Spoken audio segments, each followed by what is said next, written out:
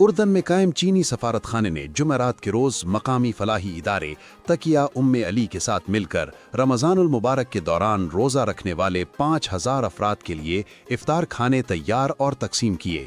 اردن کے دارالحکومت عمان میں سفارت خانے کے نمائندوں نے فلاحی ادارے کے رضاکاروں کے ساتھ مل کر کھانوں کی تیاری اور انہیں پیش کرنے میں حصہ لیا۔ اس اقدام سے اس مقدس مہینے میں یکجہتی اور باہمی ہمدردی کے جذبے کی عکاسی ہوئی۔ رضاکاروں نے ہزاروں مہمانوں کا خیر مقدم کیا اور انہیں باوقار اور خوشگوار ماحول میں معیاری کھانوں کے ساتھ روزہ افطار کرایا۔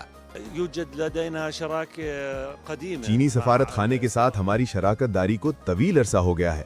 سفارت خانے کا عملہ ہر سال یہاں آ کر روزہ داروں کی رضاکارانہ خدمت کرتا ہے اور انہیں خوراک کے عطیات بھی دیتا ہے۔ ہمیں ماضی میں کئی برسوں تک چینی حکومت کی جانب سے چاول کے عطیات بھی ملتے رہے ہیں۔ گزشتہ 2 برسوں کے دوران اردن میں سرمایہ کاری کرنے والی چینی کمپنیوں کے ساتھ بھی ہمارے قریبی روابط قائم رہے ہیں۔